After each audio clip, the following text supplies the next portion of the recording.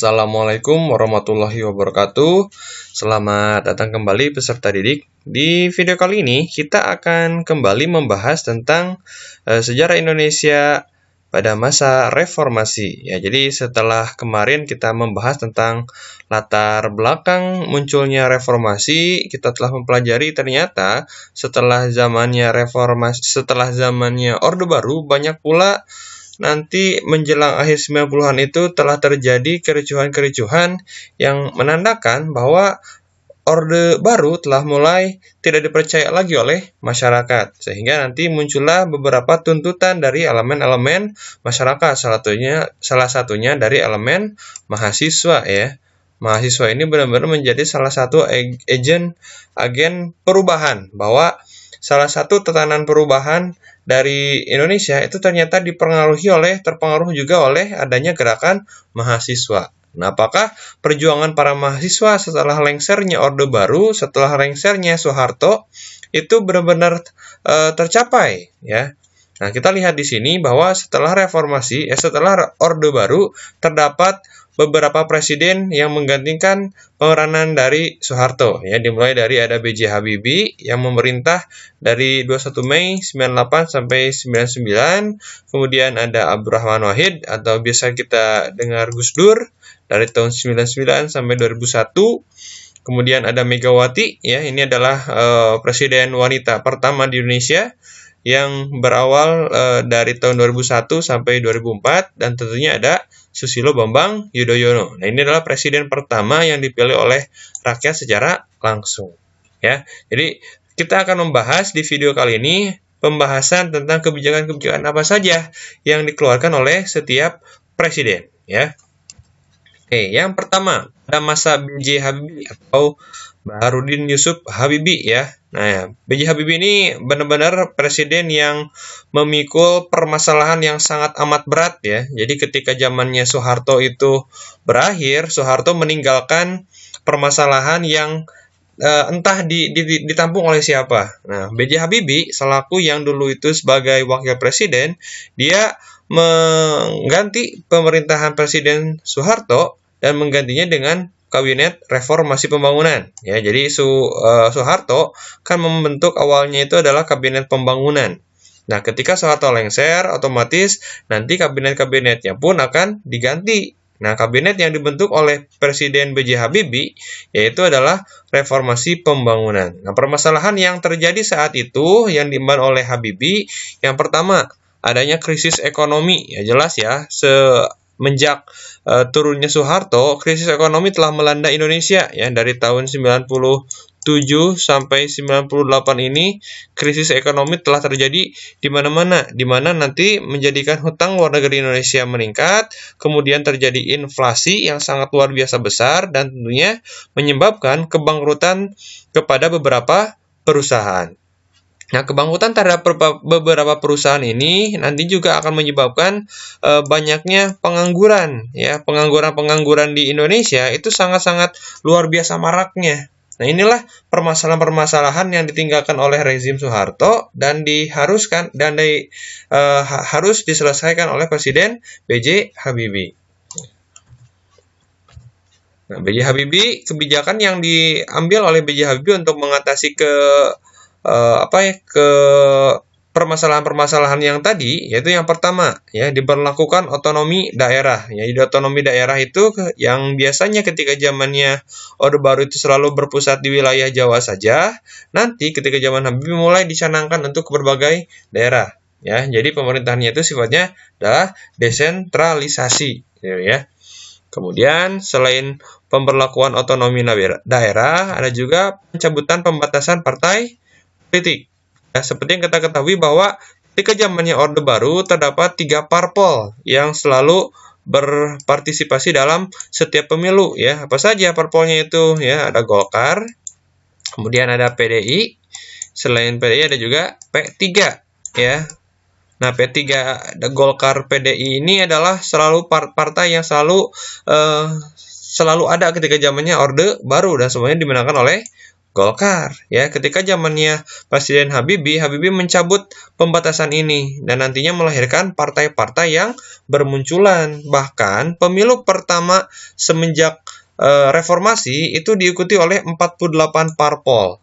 48 partai pemilu ya, jauh berbanding terbalik yang awalnya 3 partai politik, kemudian nanti ada 48 parpol ya.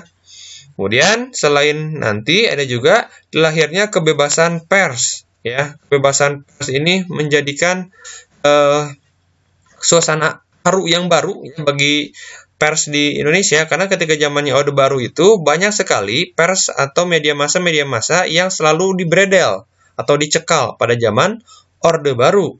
Ya, jadi ketika zaman Orde Baru itu ketika ada pemerintahan atau media massa yang mengkritik pemerintahan, maka akan dibredel atau bisa jadi si pemimpin redaksinya akan dipenjara. Nah, ketika zamannya Habibie, segala informasi nanti keterbukaan itu akan diadakan kembali ya.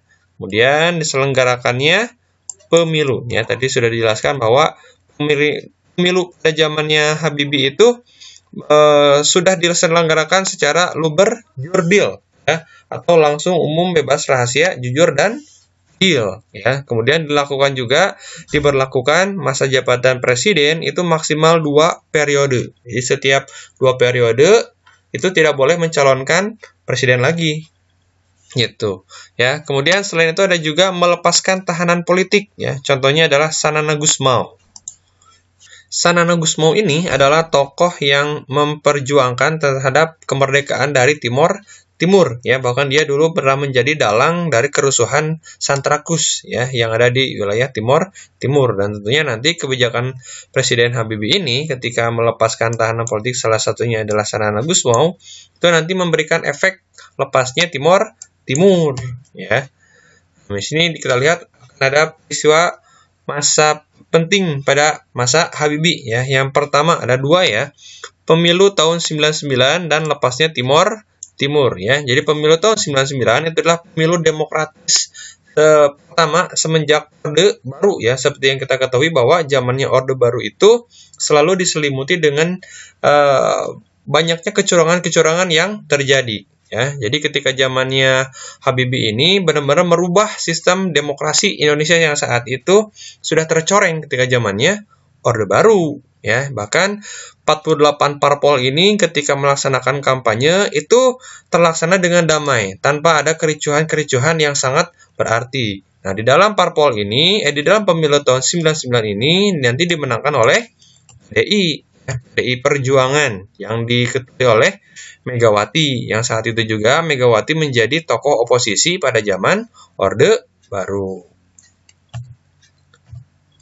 Nah, selain itu ada juga lepasnya Timur ya. Jadi Timur ini sebenarnya sudah menjadi permasalahan sejak akhir 90-an ya, karena memang Timur ini dari segi sejarah memang itu berbeda ya. Jadi kalau Timur itu dulunya merupakan bagian dari koloni Portugis, sementara mayoritas dari wilayah di Indonesia ya dari Sumatera, Jawa, Kalimantan, kemudian Papua itu merupakan koloni dari Belanda. Nah, persamaan atau perbedaan dari sejarah inilah yang nantinya menjadi salah satu cara bahwa Timur itu harus melepaskan diri sebagai negara yang merdeka. Akhirnya nanti Habibie menghendaki bahwa ketika Timur ingin melepaskan diri, ya silahkan. Ya, Habibie nanti menghendaki adanya referendum atau pemilihan umum dari masyarakat Timur untuk memilih apakah akan bertahan di Indonesia atau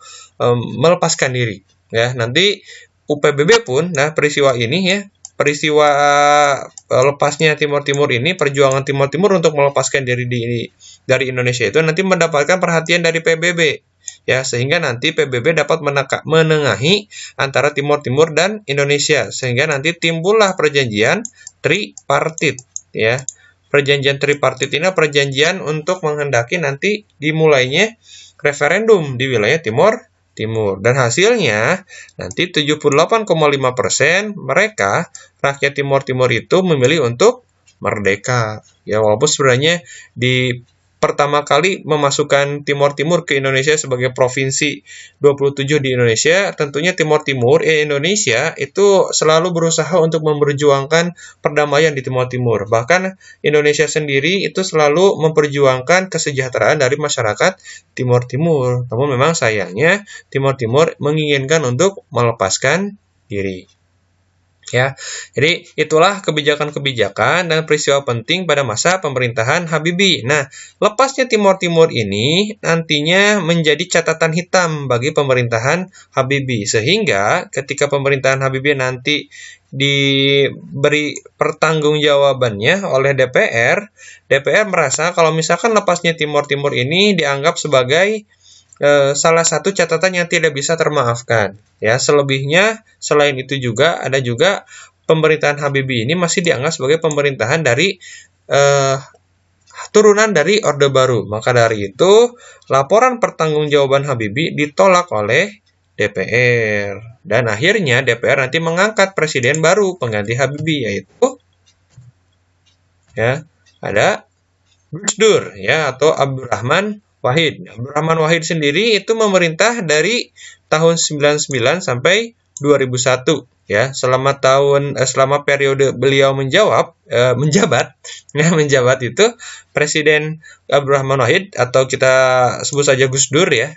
Gus Dur ini memiliki banyak kontroversi ya. Nanti kita akan bahas. Nah, Gus Dur itu nanti membentuk Kabinet Persatuan Nasional. Ya, ini adalah kabinet pengganti dari Habibie ya, reformasi pembangunan yang tadi. Nah, si Gus Dur ini itu memiliki wakil ya, yaitu Megawati Soekarno Putri. Ya. Nah, kebijakan yang diambil dari Gus Dur itu yang pertama melakukan amandemen, kemudian pemisahan TNI dan Polri. Ya, jelas ya ketika TNI dan Polri itu yang awalnya satu rangkuman atau satu cakupan dalam ranah ABRI, nah ABRI nanti dibubarkan. Ya, jadi ABRI itu nanti dipisahkan kan. ABRI itu dulunya ketika zamannya Orde Baru itu TNI dan Polri. Ya, ketika ABRI zaman Gus Dur itu nanti pisah, ada TNI dan ada Polri. Nah, kemudian yang paling diingat oleh masyarakat Indonesia itu adanya pemulihan hak keturunan Tionghoa. Ya, salah satunya yaitu diakuinya agama Konghucu ya sebagai agama resmi di Indonesia. Ketika zamannya Orde Baru, segala hal yang berbau Tionghoa itu selalu dilarang oleh masyarakat oleh pemerintahan Orde Baru. Bahkan ketika awal pemerintahan Orde Baru, nama-nama yang memiliki identitas Tionghoa itu harus dirubah dengan nama Indonesia ya. Ketika zamannya Gus Dur, segala aspek yang berbau Tionghoa ini nanti diperbolehkan ya. Contohnya, mereka bisa merayakan adanya Cap Gome, kemudian mereka bisa merayakan adanya barongsai, kemudian mereka bisa melaksanakan segala kebudayaan tentang Konghucu itu boleh dirayakan di Indonesia. Pada hari itu, si Gus Dur itu dijadikan sebagai bapak pluralisme, ya, memiliki kebebasan-kebebasan untuk beragama, ya. Selain adanya pemulihan hak keturunan Tionghoa, Gus Dur juga nanti yang paling kontroversi adalah merubah nama Irian menjadi Papua. Ya, jadi semenjak zamannya Orde Baru, ya, zamannya Soekarno malahan ya. Jadi Papua itu kan menjadi sengketa antara Belanda dan Indonesia. Dan Papua pun masuk ke Indonesia itu setelah melalui referendum. Ya, nama Papua itu diganti nanti oleh Soekarno menjadi Irian, ya, memperkenalkan nama Irian yang singkatan dari ikut Republik Indonesia anti Nederland. Ya, jadi Irian itu merupakan singkatan yang salah satunya menjadi doktrin untuk masuk ke dalam wilayah bagian Indonesia. Nah, ketika zamannya Gus Dur, nanti Gus Dur kembali memberikan kebijakan bahwa diperbolehkan nama Provinsi Irian Jaya ini dirubah menjadi Papua. Ya, jadi Papua itu artinya keriting, ya, sesuai dengan identitas dari masyarakat Papua. Dan yang paling mengejutkan juga, salah satu kebijakannya itu adalah mengizinkan pengibaran bendera bintang kejora. Ya, jadi bagi Gus Dur, ya, kalau misalkan mereka menginginkan bintang kejora, ya, yang identik dengan OPM, ya, Organisasi Papua Merdeka. Jadi di Papua itu ada organisasi yang ingin memerdekakan diri, ya, yaitu OPM, Organisasi Papua merdeka. Nah, si OPM ini memiliki memiliki bendera. Nah, bendera itu disebut benderanya itu disebut bintang kejora. Ya, si bintang kejora ini, si bendera ini boleh berkibar asalkan lebih rendah daripada bendera merah putih. Ya, tentunya walaupun misalkan ini bendera merah putih berkibar, ya, boleh nanti ada bendera bintang kejora asalkan benderanya itu lebih rendah daripada bendera Indonesia. Nah, walaupun ini menjadi kontroversi, tapi Gus Dur tetap pada pendiriannya, ya, bahwa mereka boleh mengibarkan bendera tersebut, gitu kan? Nah, inilah yang menjadikan Papua mencintai Gus Dur yang benar-benar dianggap sebagai pahlawan, ya, yang dulunya ketika zaman Orde Baru itu seperti dianaktirikan, tidak dianggap, ya. Kemudian yang paling ini adalah kontroversi Gus Dur, ya. Jadi banyak pula kontroversi-kontroversi yang dilakukan oleh Gus Dur. Yang paling ketara itu adalah konflik dengan DPR. Ya, bahkan konflik-konflik ini selalu mencuat ketika Gus Dur selalu melantik pejabat-pejabat menteri maupun Kapolri itu selalu tanpa persetujuan dari DPR. Ya, kemudian nanti juga munculnya kasus Bulog Gate dan Brunei Gate. Nah, ini adalah dana non budgeter, sama Brunei Gate itu adalah dana hibah dari Sultan Brunei yang dianggap ada penyelewengan dari Gus Dur. Nah, ini tidak diusut tuntas gitu. Ya, jadi Gus Dur ini dianggap terlibat dalam hal kebijakan ini. Kemudian yang paling penting di sini adalah Gus Dur sering melakukan kunjungan ke luar negeri. Ya, bahkan selama periode masa jabatannya dari tahun 1999 sampai 2001 terdapat 80 kali perjalanan ke luar negeri. Ya, perjalanan ke luar negeri itu sangat-sangat menghabiskan banyak dana. Ketika Indonesia lagi krisis keuangan dan lain sebagainya, Gus Dur malah melakukan kunjungan ke luar negeri. Ya, ada pertemuan-pertemuan meeting, pertemuan organisasi dan lain sebagainya. Kemudian menentang sidang istimewa MPR, ya, yang dianggap sebagai sidang yang ilegal. Dan selanjutnya yang paling parah juga di sini yaitu Gus Dur mencetuskan hubungan dagang dengan Israel. Ya, seperti yang kita ketahui bahwa saat itu ketika tahun 99 sampai 2000 itu sedang terjadi sampai sekarang mungkin ya sedang terjadi perang antara Israel dengan Palestina. Ya, Indonesia yang saat itu mendukung Palestina sepenuhnya harusnya kan benar-benar mendukung Palestina, ya kan? Tapi malahan di sini Gus Dur malah mencetuskan hubungan dagang dengan Israel. Artinya apa? Jelas Indonesia melakukan hubungan atau mendukung Israel. Nah, ini melakukan kontroversi sehingga nanti masyarakat mulai tidak percaya terhadap Gus Dur.